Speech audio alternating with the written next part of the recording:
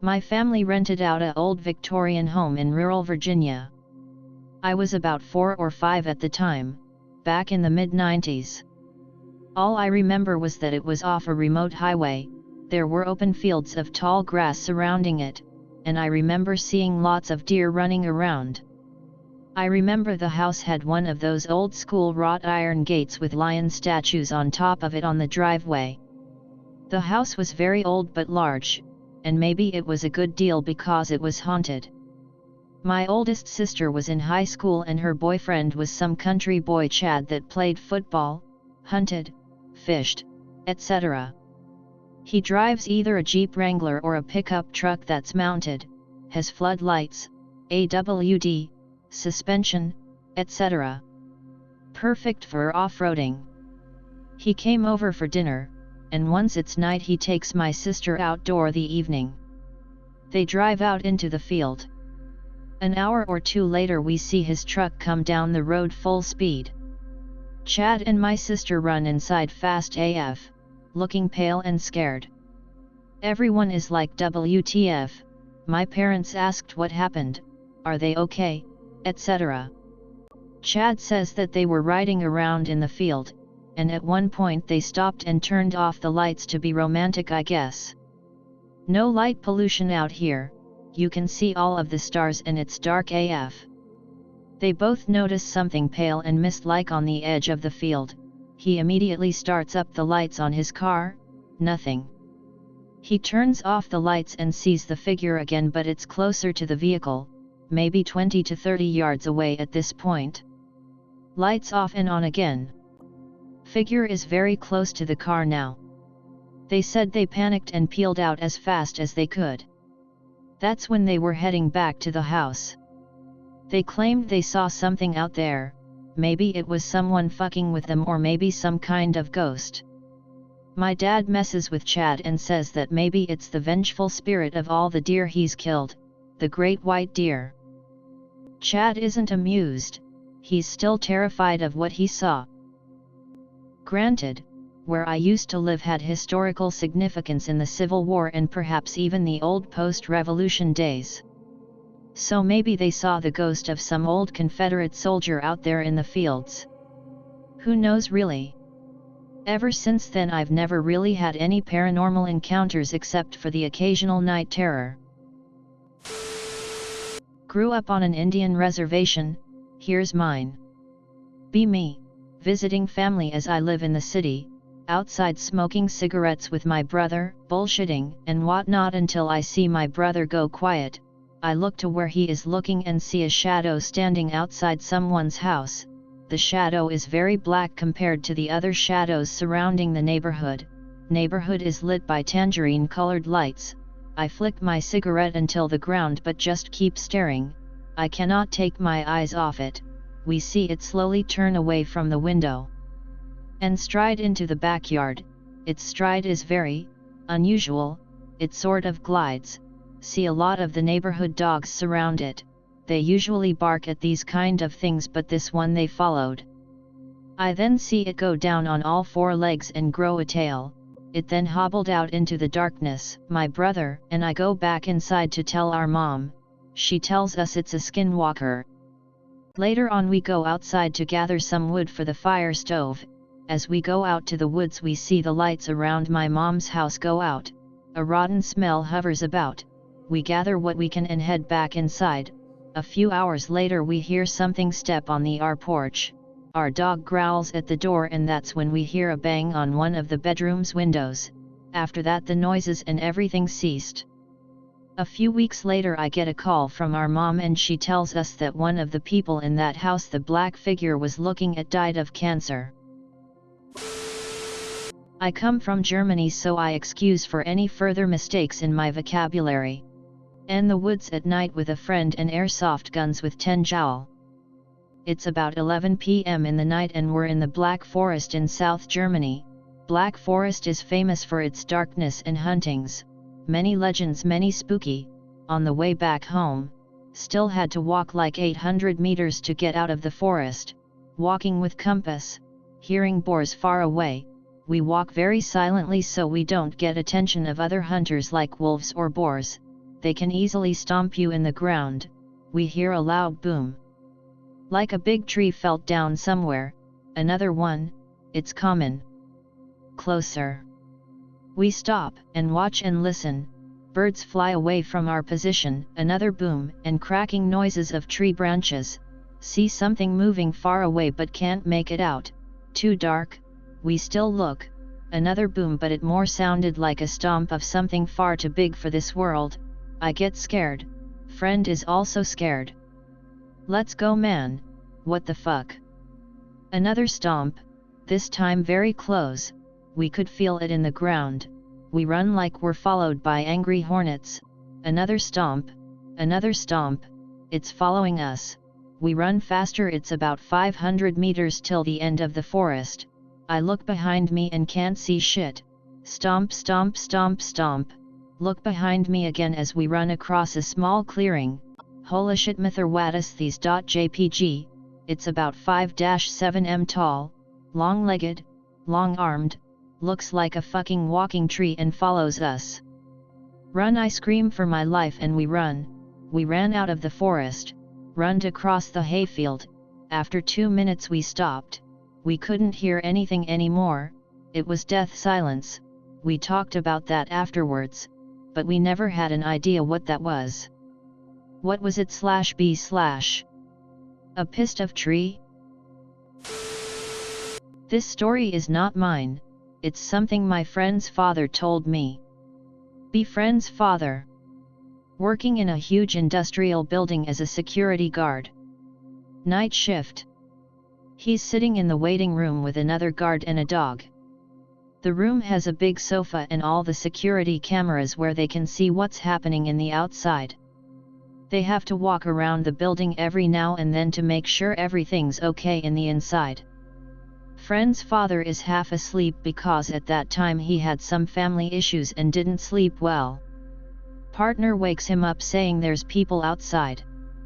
Not worried, says it's probably a couple looking for a place to make out. Leaves to tell the couple they can't be there. When he returns he says they are gone. About 2 hours later. They both stand up at the same time because a light turns on at the end of the corridor.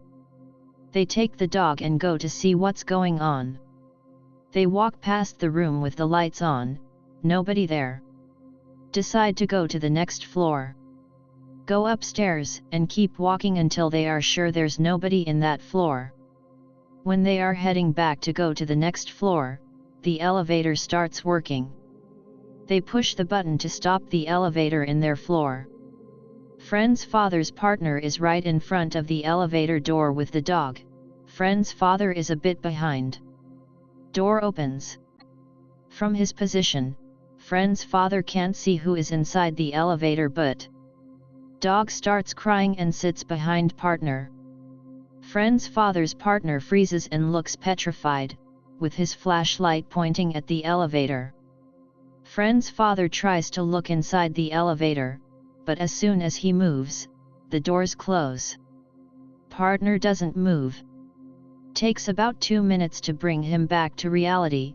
When he does, he starts crying. Never says a word about what he saw. Partner quits the job and takes the dog with him. Several weeks later, boss tells friend's father his partner committed suicide. They found the dog partially buried in his garden.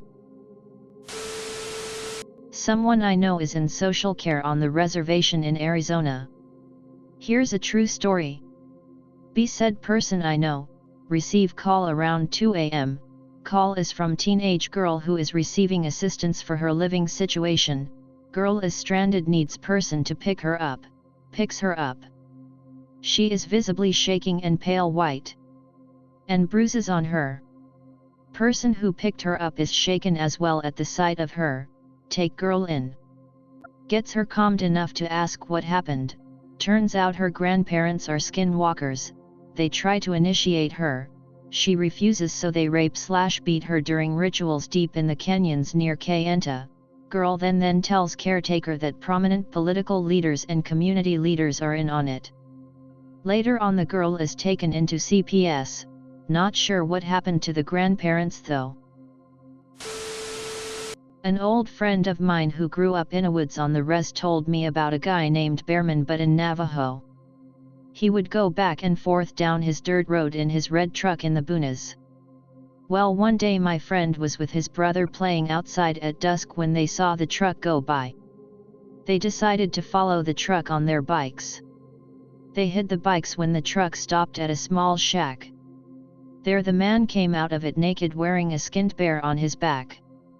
They saw his face. And later on that night they asked their parents what his name was. They told them his name. And 3 days later he died suddenly from a sickness. Now it is usually accepted on the reservation that if you see the Skinwalker's face and you know their name, they will die suddenly 3 days later. Take what you will from that. I'm not too sure about it myself, Disu. My friend told me that one time he and his bud were walking down a ditch late at night in Bosque Farms, and that they saw what looked like a black mountain lion leap out of an empty ditch, and it shape-shifted into a regular-sized house cat mid-flight. It fled into the forest. One time I was walking my dog in the Bosque. I stumped upon this weird-ass structure made of wooden sticks. This isn't unusual in the Bosque. A lot of homeless people and campers build them as shelter.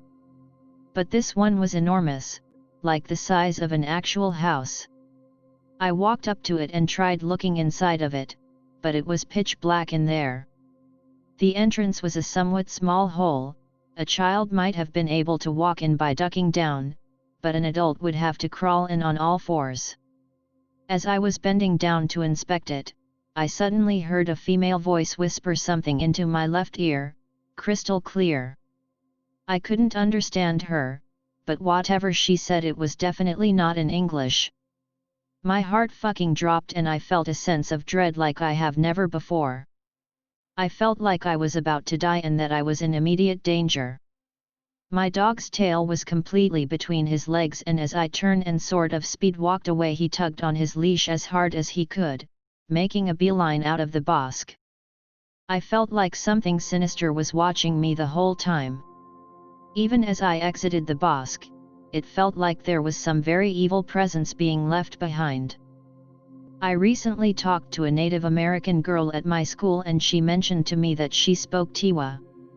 I asked her to say a few things for me and now I'm completely convinced that's the same language that Mystery Voice spoke to me in. Navajo, living in a border town in New Mexico here. Although I've never personally experienced any sort of paranormal encounter, I am fascinated by the legend and the local folklore. My mother has numerous stories of her time living in a sheep herder's tent on the reservation south of Farmington, NM. Her family was allegedly targeted by these witches due to the large amount of livestock they possessed. Typically these witchings are arranged by a jealous relative or friend. There is little defense as these skinwalkers seem to have transcended common mortality. The only way I'm aware of skinwalkers being killed is by identifying who they were during their normal life, or life prior to transcendence, and calling them out mid-witching. For example, being stalked and tormented in the middle of the night, standing your ground and saying, "Herbert Manigoats, I know who you are, you're a skinwalker," will cause the walker, formerly Herbert Manigoats, to fall ill and die as he returns home. On the reservation many believe this to be the explanation for many at-home unexplained deaths of suspected skinwalkers.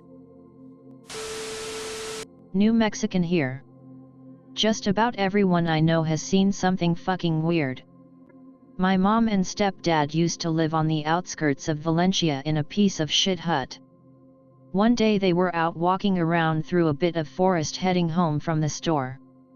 They lived a very far way from the town proper, but were poor as fuck and would cut any corners they could, including gas. The forest in that area was fucking creepy.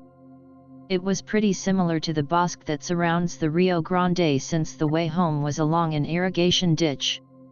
It was pretty dark at this point and they never went out late, but I guess they cut it too short. About half a mile away from their house, they saw this fucking weird creature walking along the opposite side of the ditch.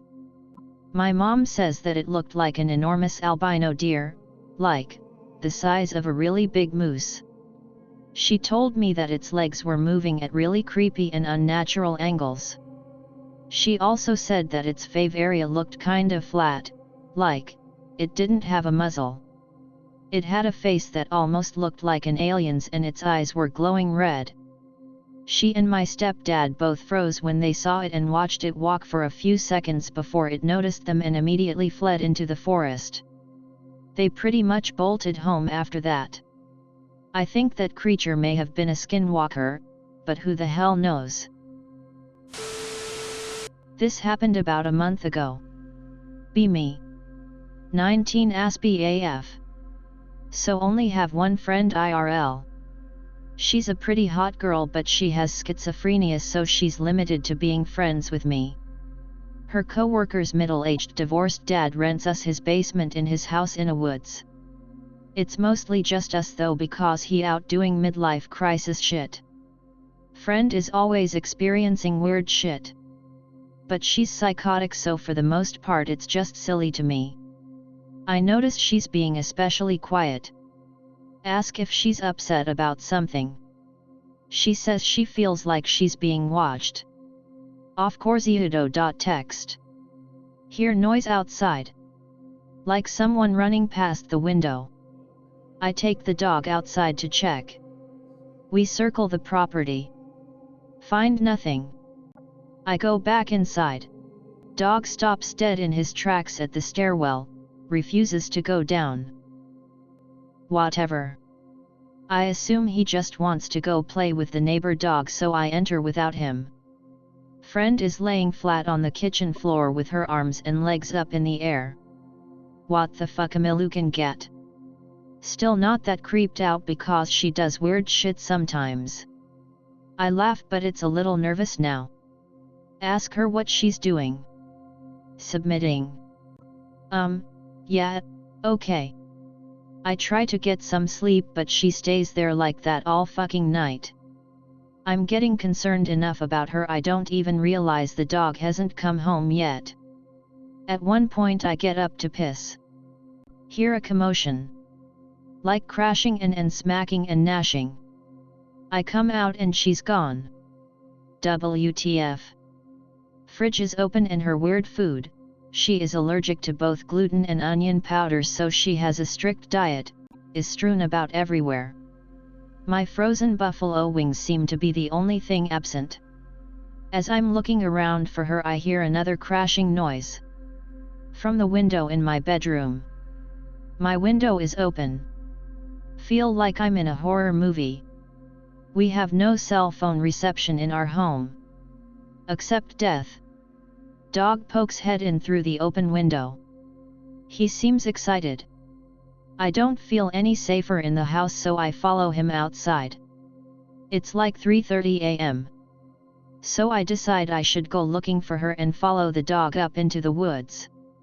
After maybe 25 minutes we find the clothes she was just wearing hung from a tree branch. Like high up in the tree. I climb up the sturdier tree next to it and grab them.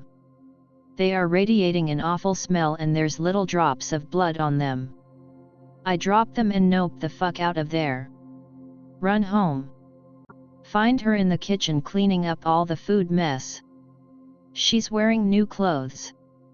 She looks at me like she's seen a ghost, and after a long pause goes. Anon, what the fuck is this?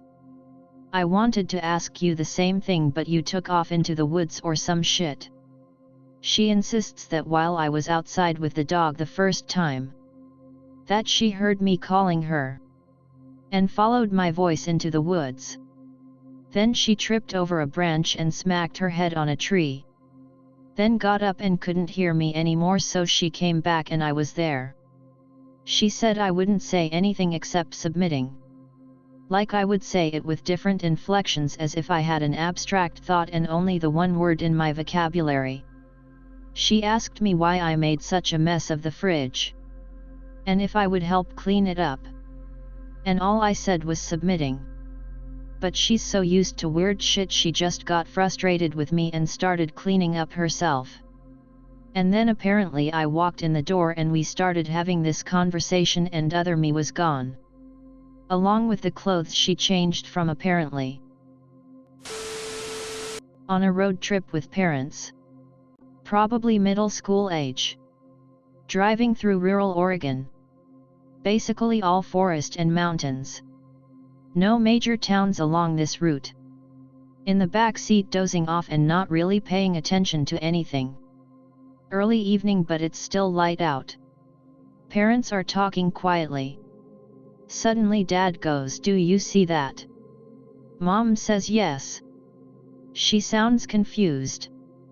I wake up at this point and kind of sit forward to see what's going on. "Dad, is he wearing a ghillie suit?" Mom, "No, I don't think so." Still can't see what they're pointing at. As the car gets closer, Dad slows down. We're barely going 25 now.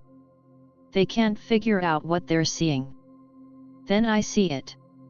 Someone is walking by the side of the road really slowly. They're taking these weird, almost loping steps. They're covered in some kind of wool or fur or something. Very dark brown. Almost black. Realize that whoever it is, they're fucking huge. My dad is tall. 6'4" and I knew this thing would be taller by at least 6 inches. We're almost beside it. Mom starts freaking out. "Mom, speed up. Go around it." Dad is in a trance or something. He can't stop looking at it. We are literally right behind it. Mom is practically crying. Everyone in the car looks out the window as we pull up beside it. It looks back at us. It is not a person. It has no face. Just hair. In the middle of where its face should have been are these 2 tiny beady black eyes. It looked right at me. It was predatory. It lunges at the car. Dad floors it. The thing doesn't chase us. It just goes right back to walking slowly along the road.